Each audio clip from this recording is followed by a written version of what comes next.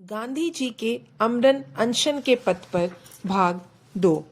भगत सिंह ने मियावली जेल से सरकार को पत्र लिखा कि उन्हें सेंट्रल जेल में शिफ्ट कर दिया जाए ताकि वह अपने लिए अच्छे से अच्छा वकील कर सके। अब आगे भगत सिंह की पत्र की भाषा और कानूनी दायरे में औचित्य को देखते हुए सरकार को भगत सिंह की बात माननी पड़ी तथा जून के अंतिम सप्ताह में उनका ट्रांसफर मियावाली से लाहौर जेल में शिफ्ट कर दिया गया।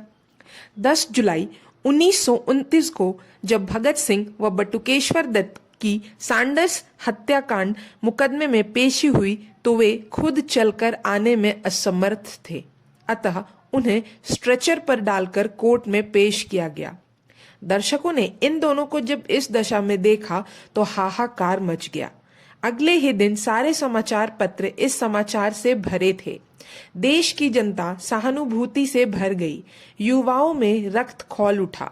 हुकूमत की ईंट से ईंट बजा देने के संकल्प लिए गए। बोस्टल जेल से जो साथी कैदी मजिस्ट्रेट के सामने लाए गए थे, उन्होंने भगत सिंह व बटुकेश्वर दत्त के समर्थन में वही हड़ताल की घोषणा कर दी। 4 दिन बाद यतीन्द्रनाथ दास भी हड़ताल में शामिल हो गए। सभी क्रांतिकारी कैदी अदालत में मिले थे। उन्होंने प्रस्ताव रखा था कि वे भगत सिंह और बटुकेश्वर दत्त की हमदर्दी में भूख हड़ताल कर देंगे। यतीन्द्रनाथ दास ने चेतावनी दी थी कि भूख हड़ताल में शामिल होना फांसी पर चढ़ने से कहीं ज्यादा कठिन है, पर क्रांतिकारी हाथ पर हाथ रखे बैठे नहीं रह सकते थे। 13 जुलाई 1929 को सभी क्रांतिकारी कैदी भूख हड़ताल में शामिल हो गए। 14 जुलाई 1929 को भगत सिंह ने भारत सरकार के होम मेंबर गृह सदस्य को पत्र भेजा। उसमें कुछ मांगे थी, वह इस प्रकार है। पहला, राजनीतिक कैदी होने के नाते हमें अच्छा खाना दिया जाना चाहिए, इसलिए हमारे भोजन का स्तर यूरोपियन कैदियों जैसा होना चाहिए। हम उसी तरह की खुराक की मांग नहीं करते, बल्कि खुराक का स्तर वैसा चाहते हैं। दूसरा, हमें मुशक्कत के नाम पर जेलों में सम्माननीय काम करने के लिए बाध्य किया जाना चाहिए।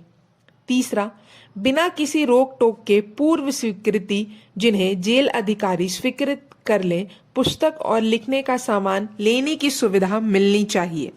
चौथा, कम से कम एक दैनिक पत्र हर एक राजनीतिक कैदी को मिलना चाहिए। पांचवा, प्रत्येक जेल में राजनीतिक कैदियों का एक विशेष वार्ड होना चाहिए जिसमें उन सभी आवश्यकताओं की पूर्ति की सुविधा होनी चाहिए जो यूरोपियनों के लिए होती है, और एक जेल में रहने वाले सभी राजनीतिक कैदी वार्ड में इकट्ठे रहने चाहिए। छठा, स्नान के लिए सुविधाएं मिलनी चाहिए। सातवां, अच्छे कपड़े मिलने चाहिए। आठवां, यूपी जेल सुधार कमेटी में श्री जगत नारायण और खान बहादुर हाफिज हिदायत हुसैन की इस सिफारिश को कि राजनीतिक कैदियों के साथ अच्छी क्लास के कैदियों जैसा व्यवहार होना चाहिए, हम पर भी लागू किया जाए। इस पत्र के उत्तर में छुटपुट सुधार कर सरकार ने खाना पूर्ति करनी चाहिए, जिसे भगत सिंह व उनके हड़ताली साथियों ने मानने से स्पष्ट ही इनकार कर दिया। भूख हड़ताल जारी रही। भगत सिंह का वजन लगातार गिरता जा रहा था। 30 जुलाई 1929 तक उनके वजन में प्रति सप्ताह 5 पाउंड की गिरावट आती रही। बाद में उनका वजन ठहर गया। भगत सिंह के सभी साथी अपनी जिद पर अड़े हुए थे और सरकार अपनी अमानवीय व्यवहार करने की नीति को बदलने को तैयार नहीं था। भगत सिंह व साथियों की भूख हड़ताल के समाचार पत्रों में नियमित छप रहे थे। इनसे जनता में क्रांति की चेतना फैलनी जा रही थी। जेल अधिकारी किसी न किसी प्रकार हड़ताल तुड़वाना चाहते थे और क्रांतिकारी अपने जीवन को झोंककर जनता तक यह संदेश पहुंचाना चाहते थे कि ब्रिटिश हुकूमत की दरिंदगी हम तो मरने की हद तक झेल जाएंगे, पर तुम इसे और अधिक झेलने को तैयार न होना। इन दरिंदों की कैद से देश को आजाद कराकर ही चैन की सांस लेंगे। भूख हड़ताल के समय क्रांतिकारी केवल पानी पीकर ही जीवित रह रहे थे। जेल अधिकारियों को एक उपाय सूझा। उन्होंने जेल में पानी के घड़ों में पानी के स्थान पर दूध भरवा कर रख दिया, जिसमें प्यास से व्याकुल होकर हड़ताली क्रांतिकारी दूध पीकर प्यास बुझाने को मजबूर हो गए और उनकी हड़ताल टूट जाए।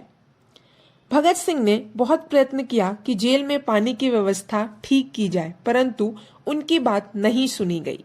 फिर उन्होंने अपने साथियों को संकेत दिया कि दूध के घड़े फोड़ दिए जाए। फिर क्या था, सब पिल पड़े और प्यास से तड़पते हड़ताली क्रांतिकारियों ने सभी घड़े फोड़ दिए।